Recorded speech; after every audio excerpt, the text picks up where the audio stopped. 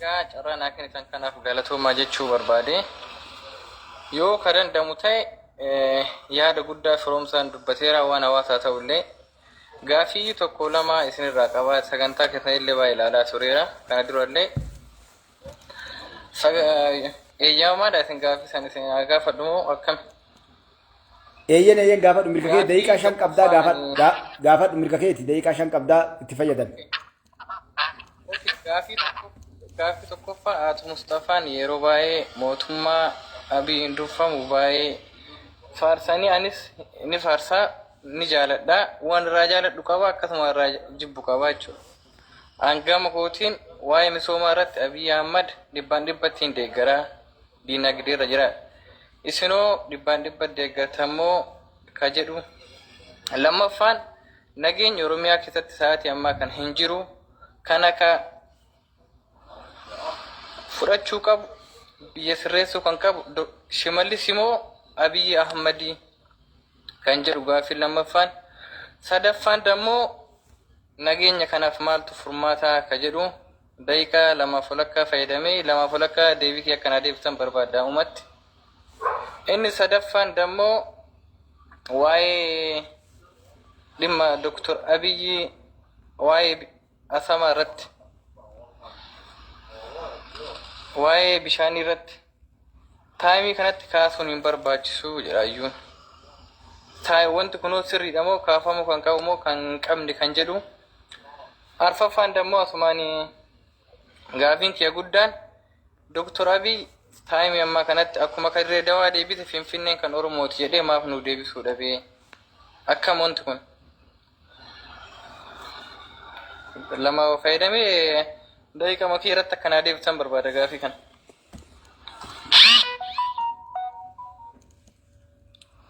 Okay, galatum jazakallah khairan barakallah fiikum daqiiqa gaggabaabsee si deebisa.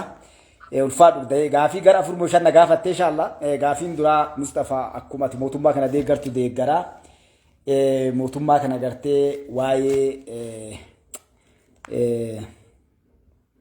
misooma irratti dhibbatti dalagee kan jedhu na gaafatte eeyyen namni tokko dhibbatti ka waa dalagu hin jiru dhuga illee mootummaa koo kee deeggaraa misooma irratti mootummaa federaalaa kan muummichi ministeeraa jechuudha waan herregamu olitti waan silaa herregamu eenye olitti nuumi mootummaan Ameerikaadhaa pirezidantii Trump ni dinqisiifatee jechuudha dalagamee misooma irratti dalagee jira dhibba jechuu hin dandeenye ilma namaa waan ta'eefi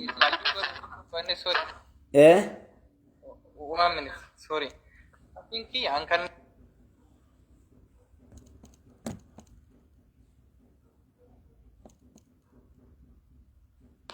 dhibbat waan irraa jaalattan qabdammoo akkuma misooma irratti moo mootummaa mataa isaa mootummaa kana mootummaa kan dhibbat hangama misoomaatiin hin daggafa gama nageenyaatiin hin daggafa tajaajila uummata keenya keessa jiru kanaafillee hin daggafa. Kanaafiyyuu misoomaan daggafa isinoo akkam nageenya irratti daggaftanii eeyyen lachittuu deeggara galatoom lachittuu deeggara mootummaa kana misoomaan illee nageenya illee ni deeggara mootummaa Dr. Abiy Ahmad Aliidha maaliif yoo jettee mootummaan kun waan waggaa 100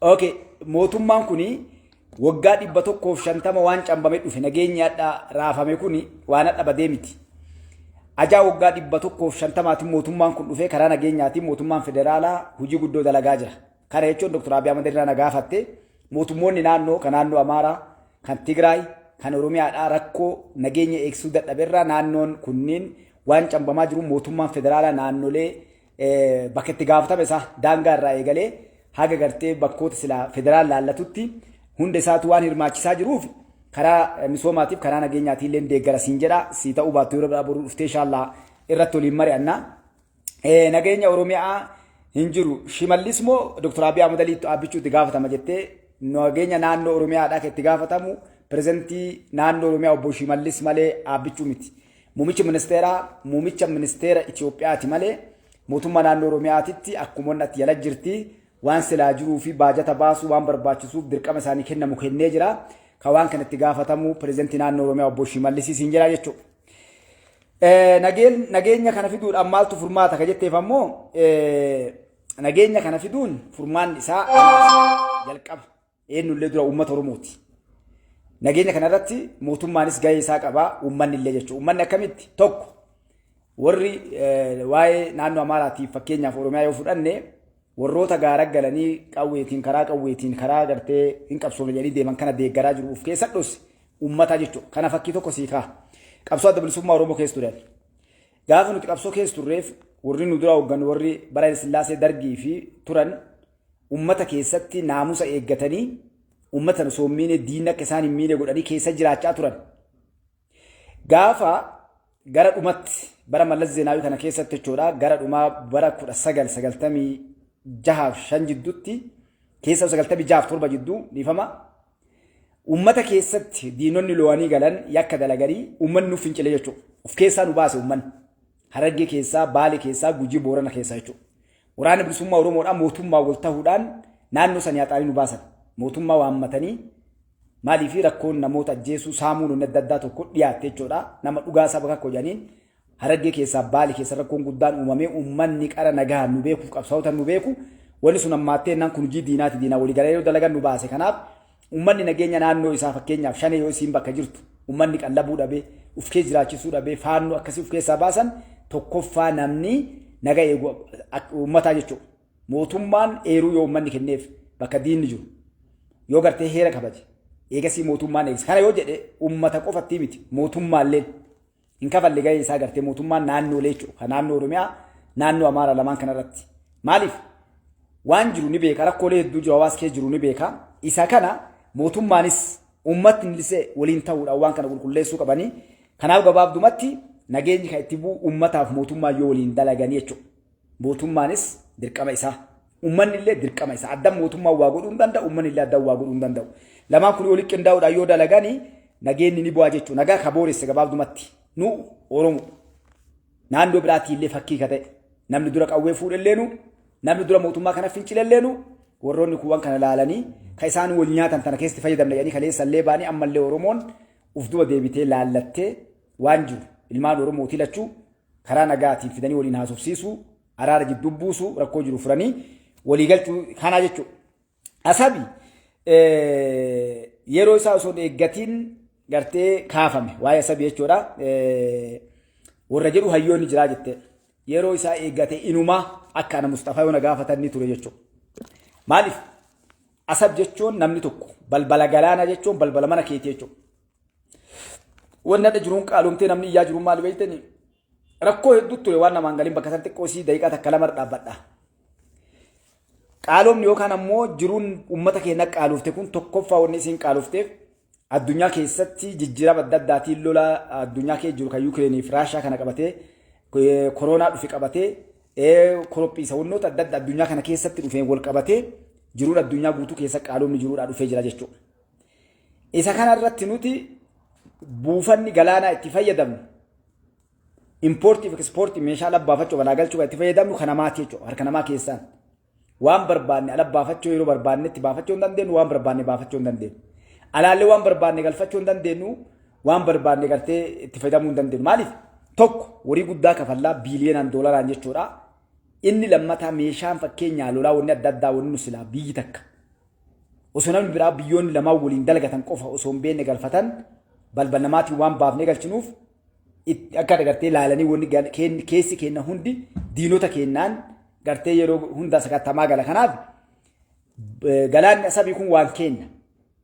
Waan silaa osoo danda'ame humna dhabiinsaaf mootummaa diigame baankii qullaa taankii qullatti raayyaatti biyyaan jirre mootummaan kun dhufee malee jalqaba silaa ka dalagamu isaa jechuudha. Osoo hadha galaana balbala galaana keenya qabaanne Itoophiyaan hadha as geette kanaa ol fagaattee jirti furgaanii jirra silaa qaalumni jiru agaraan ga'u fakkeenya sii kaasa. Makiinaan tokko hadha makiina irraa gadi miiliyoona lamaan bitta. Makiinaan sun osoo balbala galaanaa keenya qabaanne kadha miiliyoona lamaa sun 500 hin caalu yoo guddate. Maaliif taaksiin dachaa lama sadii siddeeba maaliif kafaltee seensifta namaaf jechuun biyya namaatiif. Sukkaar nyaanni wanni adda addaa dachaan deebi'e kun wanni fakkeenya birrii 30 birrii 10 hin caalu silaa. Kun bu'aa uummataati. Gaafa kana maal argatta? Kaala erginullee jechuudha. Fakkeenyaaf buna alatti erginee gabaa addunyaatti gurguran. Bunni kun asitti karaa baafannu Jibuutii kaballee kaanee ala ergina bu'aan nu argannu irraa argannu xiqqaa ta'a jechuudha. Silaa wanni Jibuutii kafallu sun bu'aa biyya keenyaa ta'a. kan biraati meeshaa lolaa alaa bitan balba namaatti waan galchinuun meeshaa barbaanne akka barbaannetti biyyoota waliinati akka wartee firaa'u biyyoota siinfiraattu jiranii wannoota adda addaati baasuuf galchuu dandeettu hedduu jira ka bu'aa sii qabu biyya teenallee guddi kanallee godhuu hin dandeenyu kanaaf gabaabdumatti asab namni asab yeroo malee dhufe jedhu dogongora guddaa asab kenna heeraan yookaan biyya namaa gaafachaa jirru teenna mallasii fi asiyaasa foccii olii galuudhaan jedhee jira mallas nuuf hin barbaachistu ammatti jedhee kenne malee ta Eertiraatiin jenne viidiyoo lafa jiraachisudha.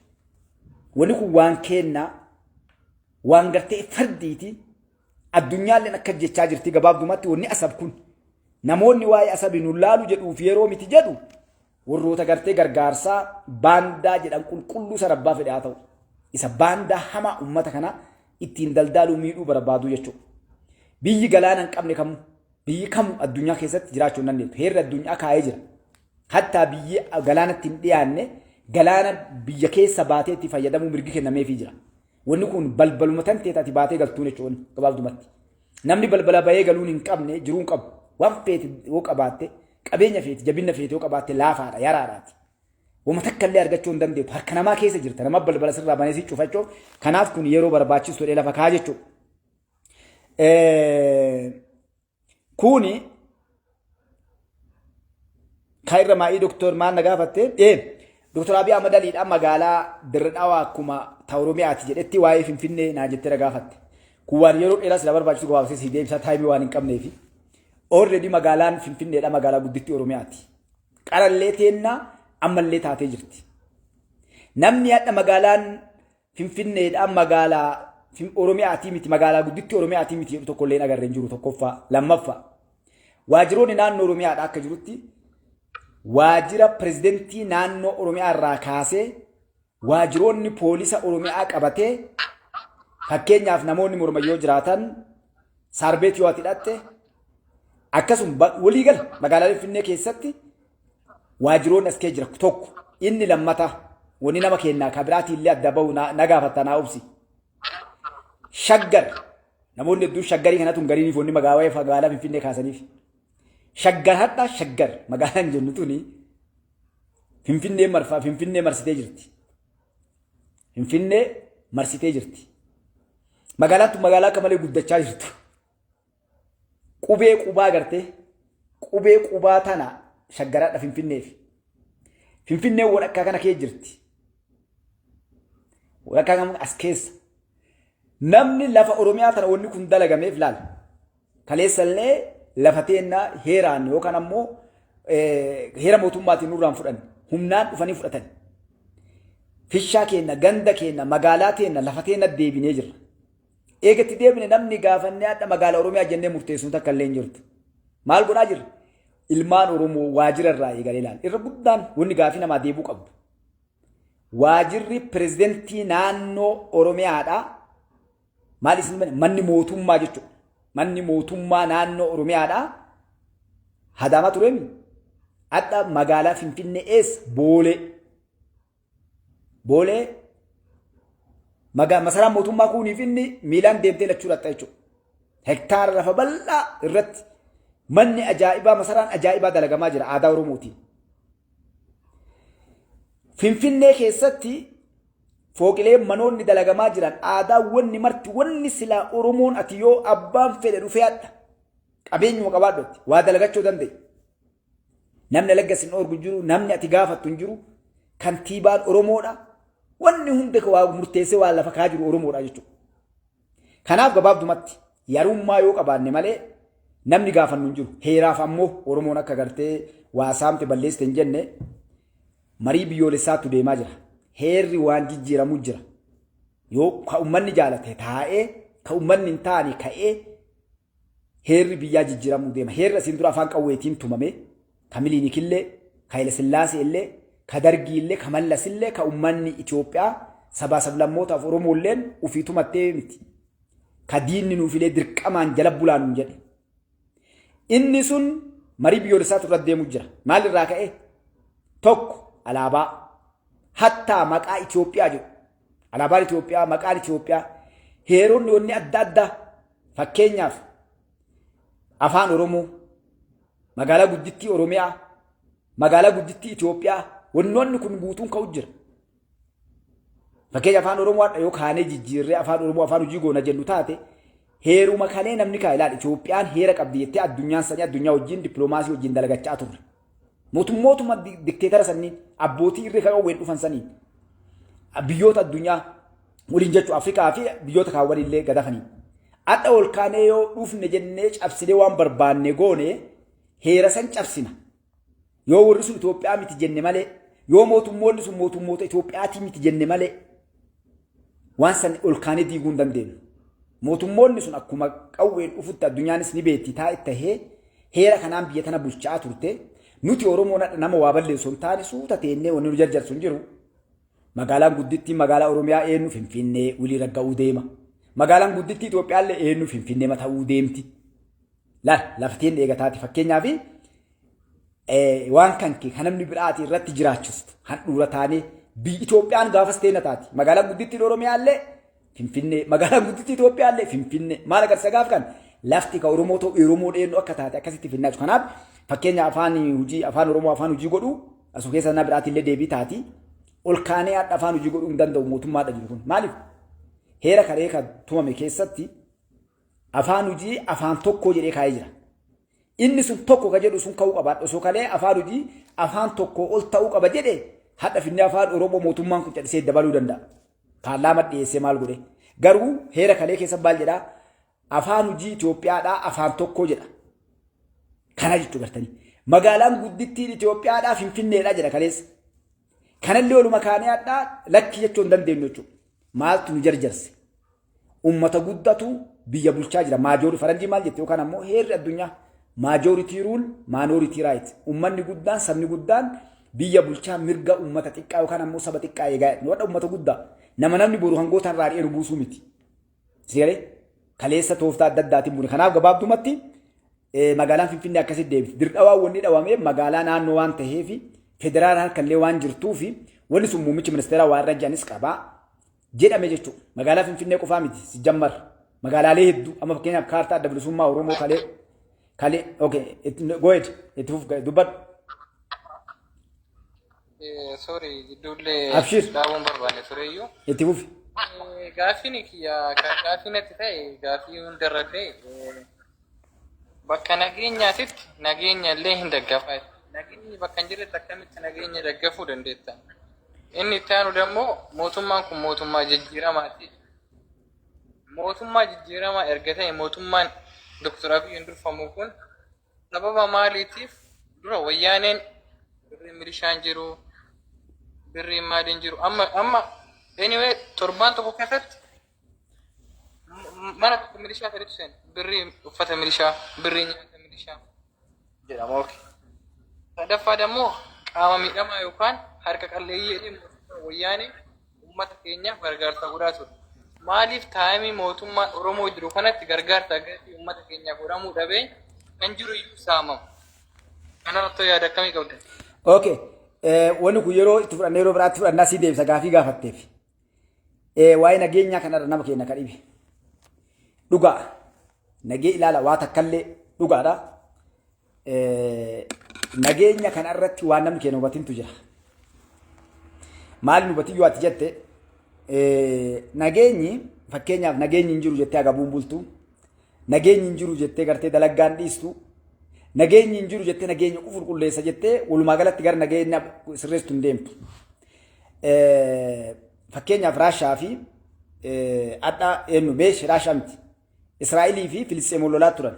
Filisxeemoon nan qabdu miskiina meeshaa lolaan qabdu waraanni isiitu kan isii deeggaru lafa jala gala. Quba qabdanii uummanni Filisxeemii jiruu isaa ka'uufachaa ture. Akkasii boombiin tuman namni dhumatu. Maatiin guutuun dhumatu bar gabaallee qabanii. Dalaggaa waa dalagatan. Bakka oorruu jiran fedhan dhaanii harkaa bu'anii oorruullee qotatan. Walii hidha wanni martuu. Nageenya kana gubbaan namaa wanni hin galiin tuquu barbaada. Nageenya Oromiyaa keessa Itoophiyaa keessa isa faan jirre. Waan nama keenyaan galiin bakkitu waan bal'ina irra dubbannu silaa namoota dabaladheemee waliin akka mariitti waan kaleessan. Gaafa Mallas Zeenaawiidhaa biyya bulchu wayyaaneen biyya bulchitu nageenya isa faa namni keenya beekaan beeku. Magaalaa Finfinnee keessa nageenyi hin turre. Nagaan baateen galtu magaalaa Finfinnee keessa. Akkamitti jedhu namni gariin hee jechuun ni malaama. Birrii 10 kiisha kaattee gabbaatee waliin deebitu. galgalli geennan magaalaalee kam keessa baatee sosooteen gal maaliif hattuudhaan takka isa lammataati muummichi ministeera paarlaamaa irra dubbatanii jiran keessaayyuu akka Itoophiyaatti haga bara 2007tti akka lakkoofsa Itoophiyaa jechuudha. Magaalaalee guddoo Finfinnee fa'aa malee naannoo Amaaraatiis wallo maal kanneen qabaddu Oromiyaa illee lafa murtaa'e mallas bulchaa turre namni keenya beekan beeku nuni beekna. Uummata Harargee gaafadhaa waraanni bilisummaa Oromoo eessa fa'aa ture gaara mul'ataa fa'aa Harargee keessa Baalee keessa eessa fa'aa ture Boorana Gujii keessa ani Gujii ture Hagar Maaram ture Hagar Maaram namni beekaadha Arbaa Minci jala ture Nacci isaa namoonni iddoo as keessa jiran waan anaasoo kana ka beekan bakka shaakkisoo warqii Alamuddiin irraa baasu wallaahi nuti mooraan keenya akkanuuf jala gallaalla wannaa isaa bakka inni wannaa irraa baasu maal maqaa nama 9-7 kana eega guyyaarra laalaa yeroo sanii waan ta'e kam akkasii bakka san waan sanii tuni maaliif uummata keenya fita